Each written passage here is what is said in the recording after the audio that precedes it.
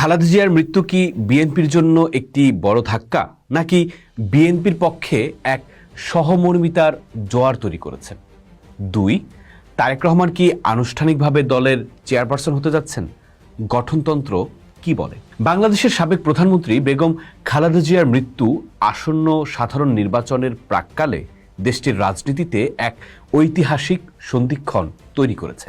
12 ফেব্রুয়ারি নির্ধারিত জাতীয় নির্বাচনের মাত্র 2 মাস আগে তার এই বিদায় বিএনপিকে এক শক্তিশালী আবেগীয় ও রাজনৈতিক অবস্থানে নিয়ে গেছে। রাজনৈতিক বিশ্লেষকদের মতে খালেদা জিয়ার মৃত্যুতে বিএনপির পক্ষে এক বিশাল সহমর্মিতার জোয়ার তৈরি হতে পারে। দীর্ঘ অসুস্থতা, কারাবরণ এবং রাজনৈতিক নিপীড়নের মুখেও তার আপোষহীন অবস্থান সাধারণ মানুষের কাছে তাকে গণতন্ত্র ও সহনশীলতার প্রতীক হিসেবে প্রতিষ্ঠিত করেছে। জর্জিয়া স্টেট ইউনিভার্সিটির ডক্টরাল ফেলো আসিফ বিন আলীর মতে এই আবেগীয় আবেদন কেবল বিএনপির তৃণমূলকে ঐক্যবদ্ধ করবে না, বরং দোদুল্যমান ভোটারদেরও দলের দিকে টানবে। অনেকেই বলে আসছেন, নির্বাচনে বিএনপির বিজয় এই মৃত্যু অনেকটা নিশ্চিত করে দিয়েছে।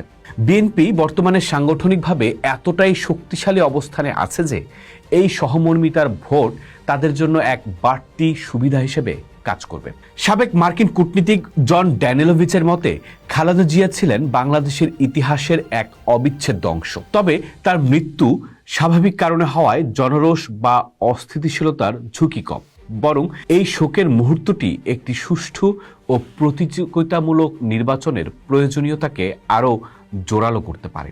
সামগ্রিকভাবে খালেদা জিয়ার প্রয়াণ বিএনপিকে রাজনৈতিকভাবে চাঙ্গা করেছে, যা ফেব্রুয়ারির নির্বাচনে দলটিকে সুবিধাজনক অবস্থানে রাখবে বলে ধারণা করা হচ্ছে।